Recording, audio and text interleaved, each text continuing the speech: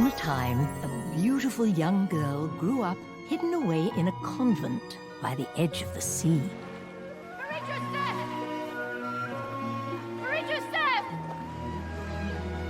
Her very existence was a secret, for she was the king's daughter.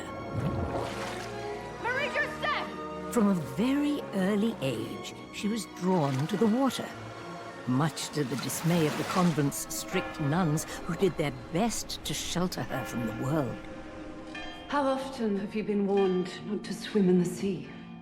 Very often. And my previous punishments? Revoking your riding privileges, burning your beloved cello, none were enough to deter you. It is Satan's voice which calls you to the unholy sea. No. Abbas, it is a simple joy of nature. Silence. It is. Silence, I said!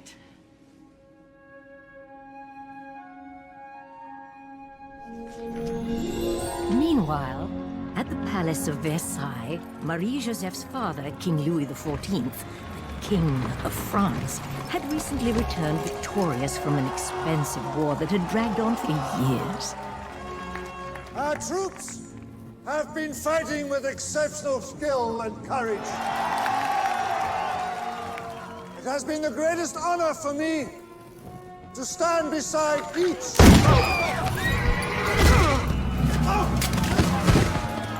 France still had enemies, and that night the man also known as the Sun King learned that even he would not live forever.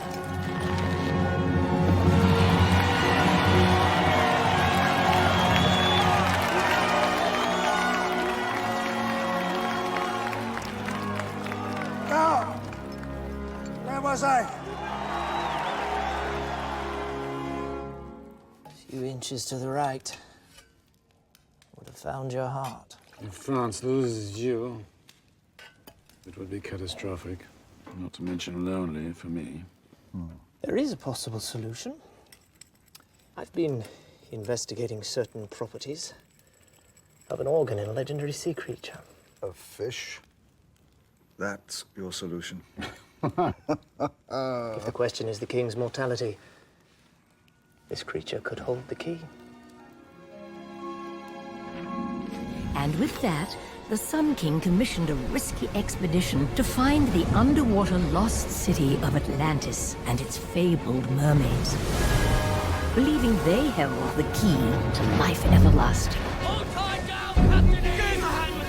For this dangerous mission, a courageous captain was sent to search the far reaches of the seas.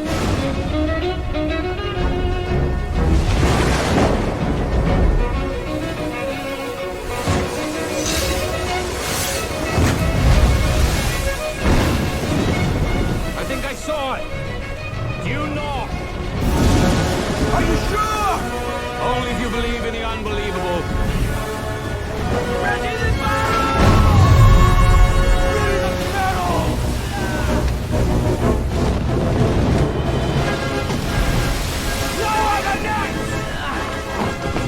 Drop the boat now!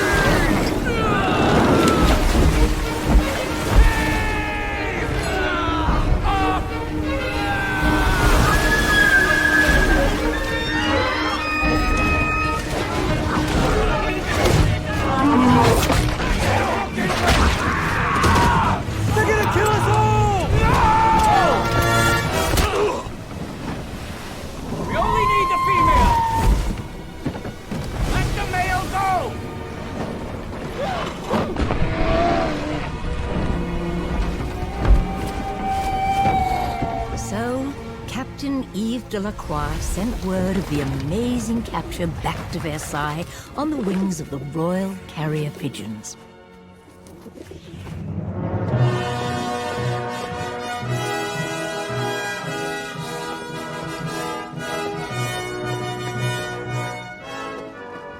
Fantastic news, Your Majesty. Delacroix's ship sails for home, in possession of the miraculous cargo. The coming eclipse is perfect timing. The books are clear about these matters, and specify that the creature must be sacrificed right as the moon passes in front of the sun, in order to transfer its gift of eternal life. Perhaps we should withhold our glee, Dr. Labarthe, until we have proof that your books are not just fiction. Relax, Father. Surely the doctor wouldn't be risking his reputation on this outlandish claim unless he was feeling very confident.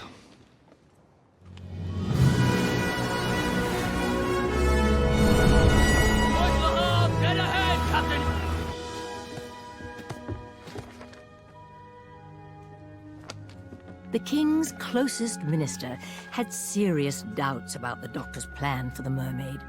And, as fate would have it, he had just requested that the king's daughter attend the royal celebration of the coming solar eclipse. Father, a response from the convent of Saint Helene. Give me the girl's files.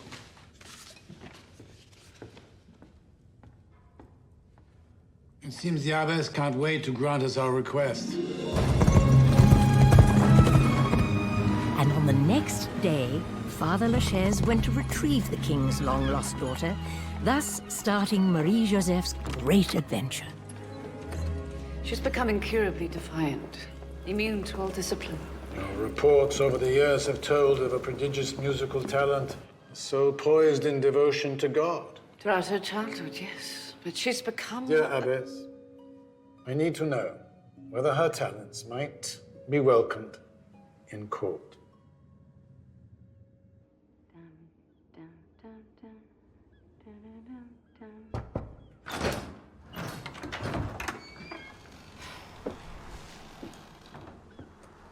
You are leaving us, Marie-Joseph.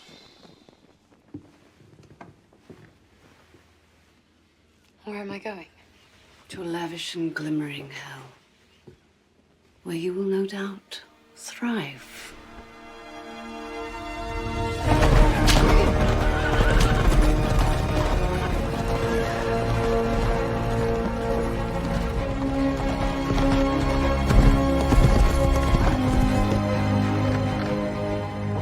Do you serve the king? No, I work for the king. I serve God. You taking me to meet the king or God?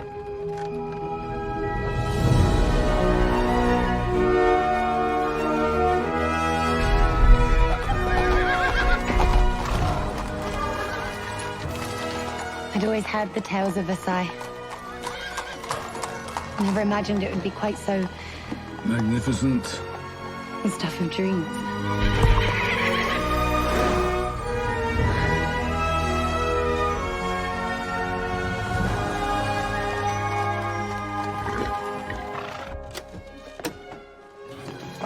Magali, please.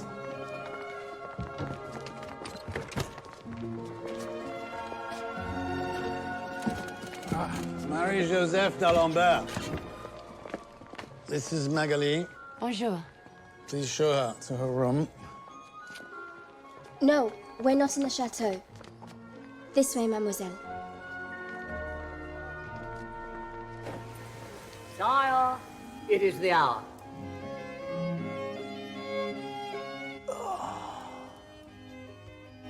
Boring! I can write better music than that.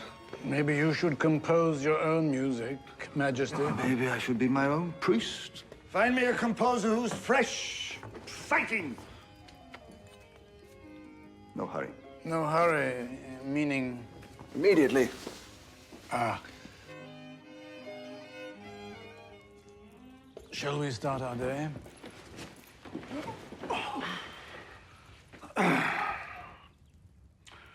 Forgive me, Father, for I have sinned. I shared my bed last night with Madame Scarron. Devereaux. It was Madame Devereaux. I don't think so. Devereaux's an intellectual. She's also a brunette. Forgive me, Father, for I have sinned. I shared my bed last night with Madame Devereaux. You should be forgiven. To have earned private quarters so quickly is a magnificent feat. I doubt I've earned anything. Humility will get you nowhere at court, mademoiselle. Colour and bravado are the order of the day. Look at those girls. I don't fit in here. It's my job to see that you will.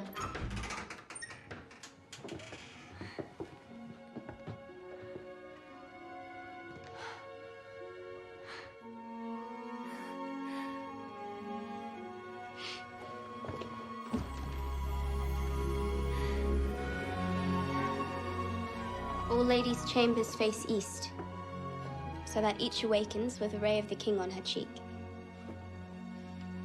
It's the last piece you wrote at the convent, Majesty. I am not the one to judge whether or not her skills are good enough. She's not without talent. And remember, she has no formal training. And speaking of talent, the stuff one is made of. I will meet her tomorrow. And remember, no one must know she's my daughter.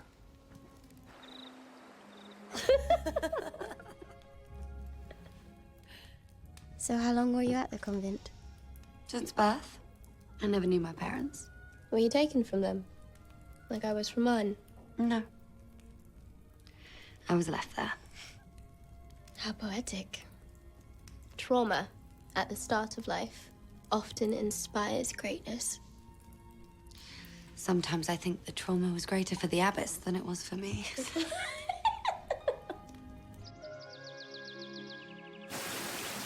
His Majesty's first honor this morning is bestowed on Monsieur Jean-Michel Lantiac, son of the lace and export baron, Pierre Lantiac. I feel a sense of awe standing here in the light of the Sun King. A light cast for all France. For all France! I come to show my gratitude. Our nation's gratitude for your recent military triumph. It is God's triumph. And our brave soldiers. In honor of your upcoming birthday, Majesty, let me offer this gift. My father's dearest possession. Forged from rare Chinese diamonds. How I dislike birthdays. They remind me of mortality. Also remind you of your soul's immortality, Majesty. I'm not worried about my soul. Well, not just yet. So tell me, how is your dear father? He's ready to pass from this world to the next. I see. Perhaps there's more to do with the boy. Meaning? This war has depleted the treasury. Well, why don't we just turn the boy upside down and see what falls from his pockets? He stands to inherit a fortune. You're being secretive and enigmatic. Inappropriate behavior for anyone but me.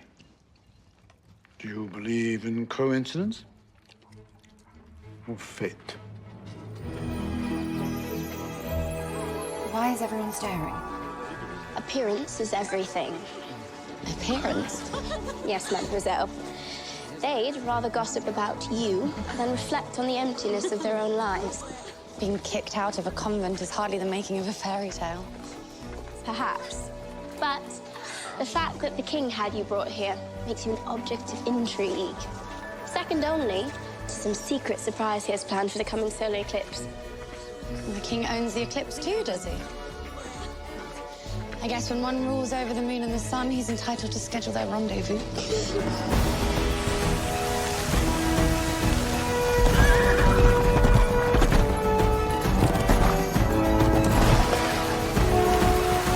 You have a favorite fountain? Yes, the Fountain Flora. It's right over there.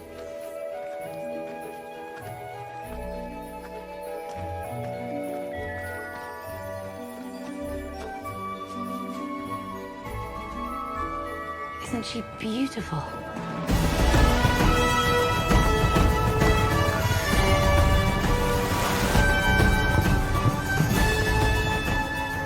Mademoiselle, be careful.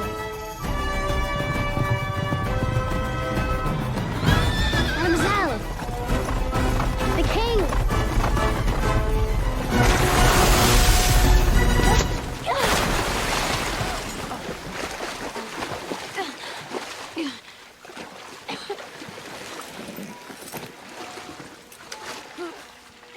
Allow me, mademoiselle.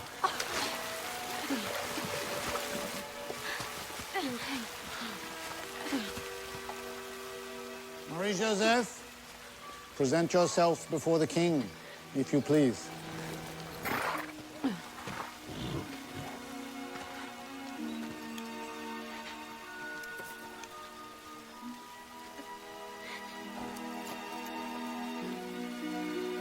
Might we remove that shock from your face and offer a smile?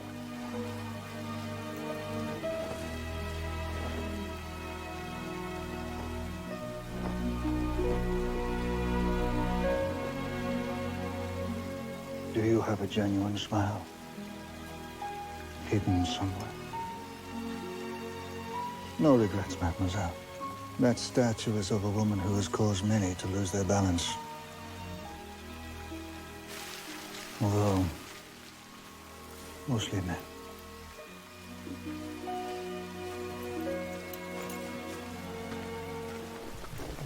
No need to bother, mademoiselle. I have another one.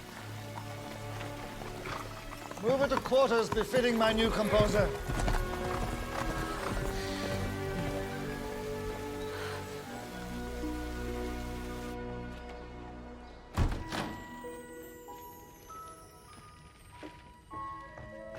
Have we died and gone to heaven? I think so. We are now in the chateau, among the truly privileged. And I've been appointed your lady-in-waiting. It's all so magnificent. Oh. If you could choose only one, which would it be? They're all so beautiful. But I choose my cello. My freedom.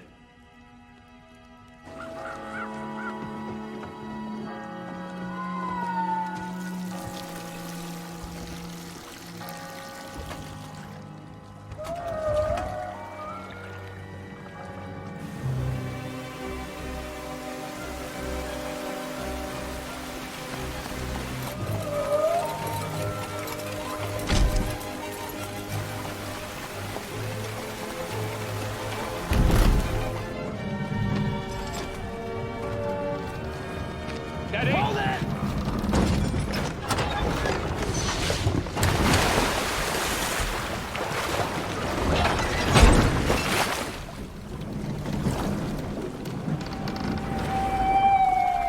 The king built all this to bring water to Versailles from the ocean via the Seine. Those are a system of valves that regulate the various fountains. And there is the path to the underground river. It brings all the water here. After the male was returned to the sea, the female fell into a dark and lethargic trance. A seaman's drunken commentary. There were two of them. Yes, Majesty, but the male is useless for our purpose. Only the female possesses the infinite light source. What you propose, Doctor, is sacrilegious. What I'm proposing is revolutionary. Stop the bickering. Stop it. I want to see the creature as soon as possible. Yes, Majesty.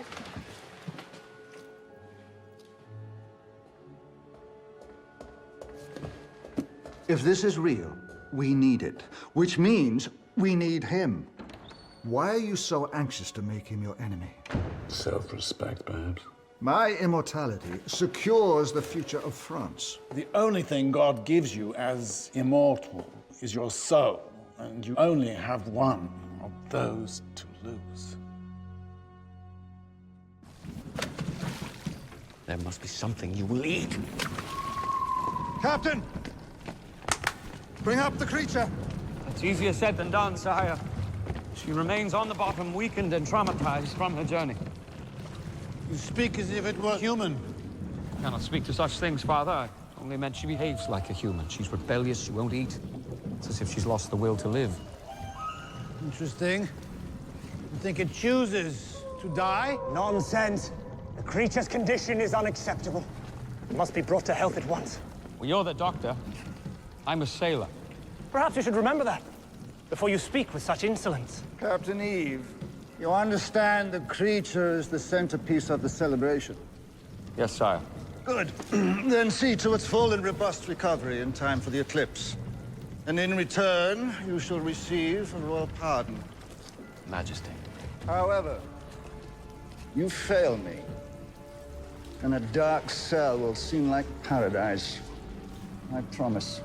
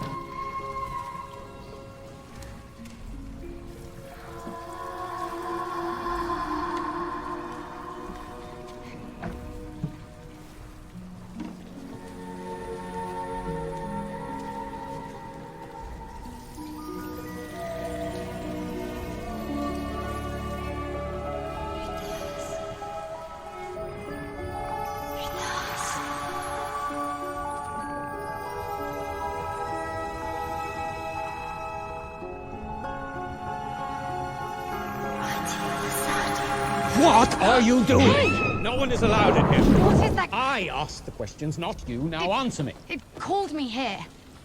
Who called you? A creature in the water. She called you. Yes. With her music. Can't you hear it?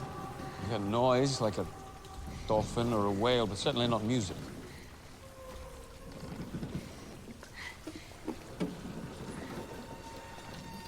I want to use her song in my music, so that the king and the whole world can hear in it what I do. I'm not sure which one of you is the more peculiar.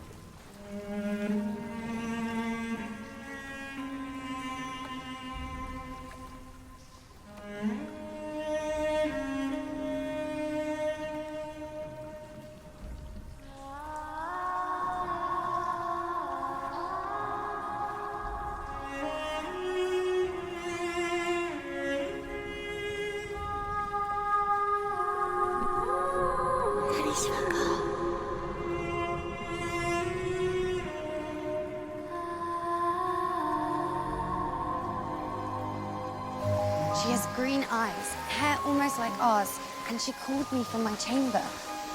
A beautiful hairy fish called you from your chamber? No, not the fish. I think she's a mermaid, like in the books. The music inspired this. Don't fret, messieurs. A woman's soul is as musical as a man's, with perhaps a touch more vibrato.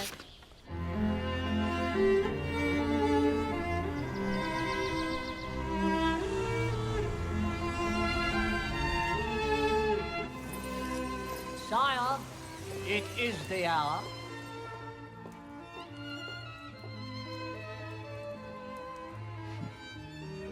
A touch of melancholy.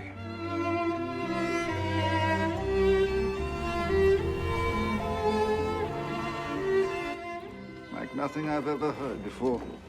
Seems both of this world and another. Invite our young composer to the ball.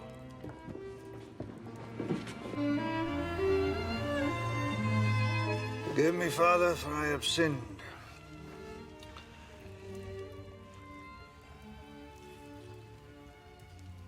Yes? I can't remember the exact details of what happened last night. I understand. You're forgiven.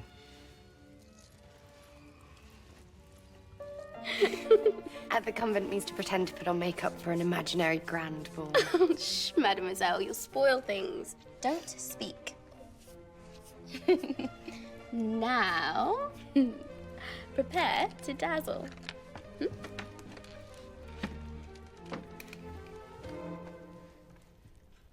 Magalie. What's wrong? I look like a clown. Nonsense, that's how all the ladies will be painted. Well, then maybe I'd rather look like a man. That's also how the men will look.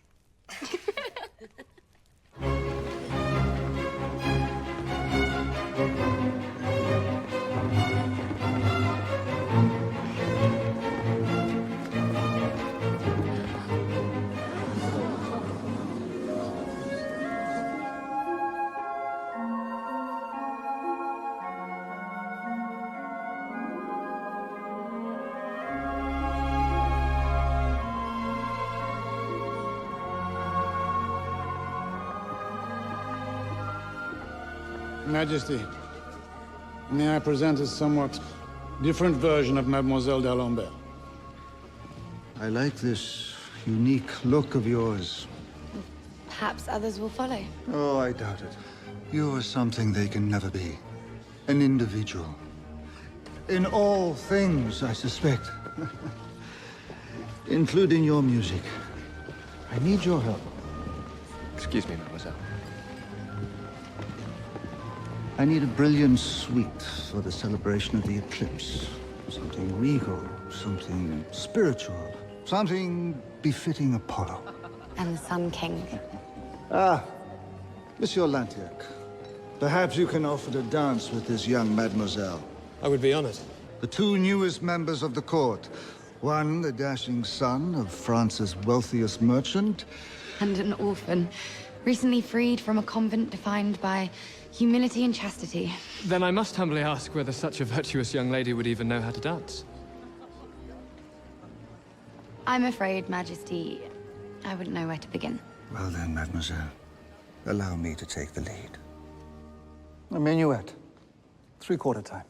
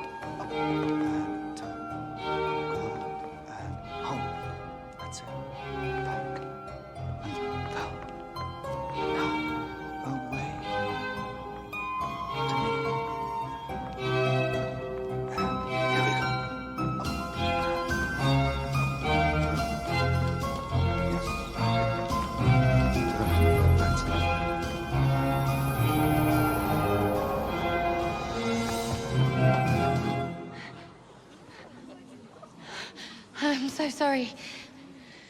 You did fine, my dear. She's very beautiful. What she is an opportunity. This one I don't fully understand yet. Everyone, come and enjoy the fireworks.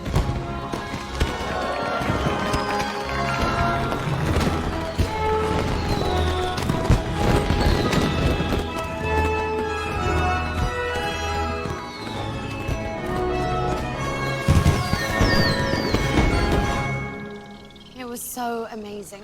The king is the most graceful dancer. You would have loved the fireworks. It was so spectacular.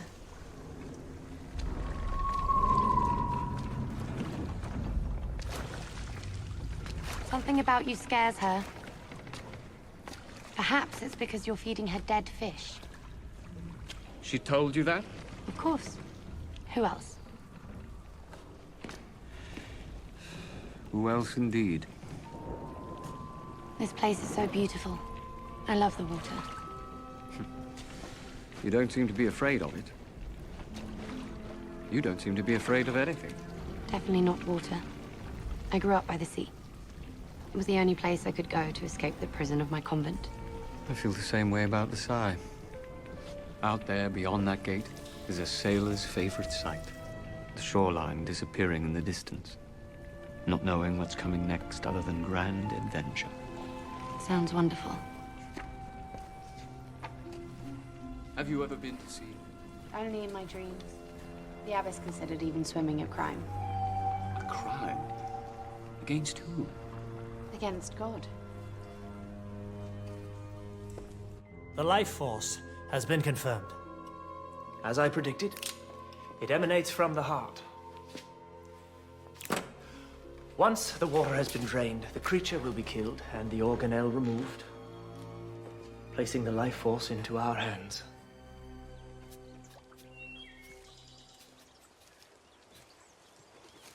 It's a lovely dress.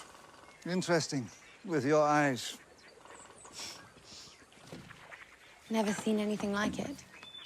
Well, it's wonderful to be here with someone again. Completely different experience. I understand you have company here from time to time. A rumor. Odd. In a court so devoid of gossip. Doesn't make it false. The statue in the fountain where you fell in. That was the last woman who was here with me in the garden. Who is she? I used to draw her. I'm not very good. Her name was Louise de Vallier. Do I remind you of her? No one reminds me of her. Till you.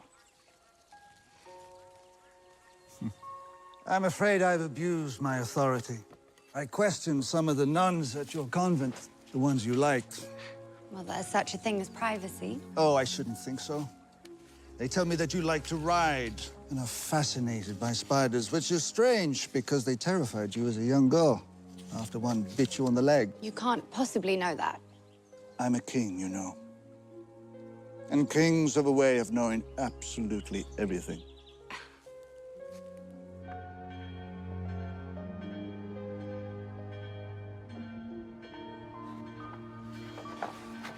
You have made a pledge of 2 million livres. It's a hefty sum, sir, even for a duchy. No cost is too great to honor my father's life. I see no reason to place the duchy into the ground with your father. The title Duke de Lantiac shall remain alive as yours.